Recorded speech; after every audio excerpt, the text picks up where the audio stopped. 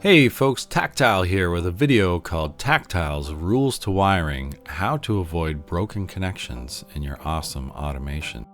So today I was approached by someone in my Discord who had built the machine from my snail food farm video, and it was working great for them all night, and then they saved the game, they loaded up, now the machine isn't working. They sent me a screenshot, all the cables are in the right place, everything's pinned properly, and it still doesn't work, and I realized they have fallen victim to these pins. And I've heard of this happening before. Someone makes an awesome factory, they save the game, load it up, now they have to trace down a broken connection. So I'm going to share the set of rules that I have to avoid that kind of thing, and I have never had a machine break down on me. That's why I build these things. I'm not going to build this and just hope that it holds together. I know it's going to stay together. So first rule, avoid moving surfaces. The power switch here has a nice big flat top, very inviting to put a pin into, but for whatever reason the pins don't like moving surfaces. Stick it into the side here, right into the meat of the model, and that's going to be a good connection. Next up, not moving pieces, disappearing pieces. So you have these objects like these lights here that have a base when they're on the ground but not when they're on a platform. You don't want to stick the pin into that base. And maybe you want some low profile wiring, so you could put it anywhere up here into the floodlight, but maybe you want it as minimal as possible. So watch the behavior of your pin. When it points down, that's on the base. When it goes sideways, that's into the floodlight. Now you can take your object, leave it there, put it on a platform, whatever you want. Now you have these weird objects like the horn. Again, you just don't want a floating pin. You want it as deep into the model as you can get it. Go out to the widest part of the model and get that anchor in there. That's going to be a good connection. Now for the platforms themselves, they have some spots that you have to avoid as well. Even though this platform is nice and flat, as I move my pin along, you can see it going sideways, upside down, back and forth. You want to avoid that.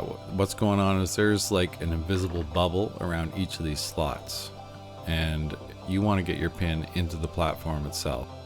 So put it into the flat part, that's a good spot. If you want to get it as close as you can, again, just watch the behavior of the pin. When it goes sideways, that's on a slot, pull it back a little bit, now you're into the platform. Now when I say that pins don't want to float, I mean all pins, including your segment pins that you're going to split out from. So you could take that, make an extra splitter, put that into the platform. This pin isn't going to like floating either. If you leave this here, you're going to save the game, load it up, find this pin way over there somewhere, and it's eventually going to break the connection, and now you have to fix it. So avoid any floating pins at all possible. And I'll show you, if you were to go into one of these slots, there's no contact there with the pin. Now if you activate it, it's going to work. That night you're going to set it up and look, the horn goes off. But if you save this, load it up, there's a solid chance this pin's going to be floating in the exact same spot, but it's not going to activate anything on the platform anymore. So avoid those floating pins. Next up, we got all kinds of movement with the auto arm. Now preferably if the auto arm is on its own platform, take that off, look for a flat spot on the platform, stick it in. That's going to be an awesome connection. That's never going to break on you. That auto arm will perform all day. Now what if you have a platform like this where you can only ping the auto arm? You have other stuff on here that you don't want to ping. So the best luck I've had with that is find just the beefiest part of the model and stick yourself right into, so in this case it's going to be the base. Take that auto arm, put it on, and that connection should stay good all day. Just don't put your pins up on the, the top part of the auto arm where it's going to wave around and stuff. Now another one that I see a lot of is two proximity repeaters right together. So I'm going to make a simple clock here. Delay to button, button to delay. Activate this, and this is set up for one delay, one cycle delay. Now this game works with steps, and depending on your machine, it's going to depend on how long it takes to get through a step. But right now, This setup is pinging once per step, and the game can handle that all day. It could take 100 of these. It knows how to process that. But if you take 2 proximities and activate those, there's no blink. These guys are getting pinged more than once per step, and that's going to keep building up. Eventually, the other repeaters in your game are going to stop responding altogether. You're going to ping them, and whatever they're targeting is not going to activate. And that's because there's just too many ticks built up in the game, and it has to process those. So if you have this set up, just separate these guys, let them cool down. And it might take 5-10 minutes for everything else to start working again, but it will.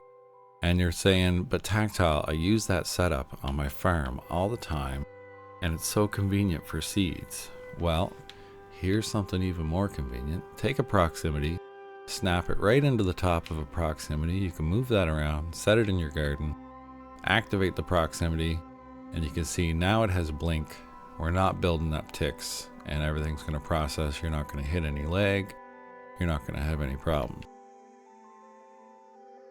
Now, when it comes to wiring the objects themselves and putting them on a platform, the one trick is if you have your object already on the platform and you stick your pin into it, you don't know for sure, am I getting into that object or am I getting into the invisible sphere around the object?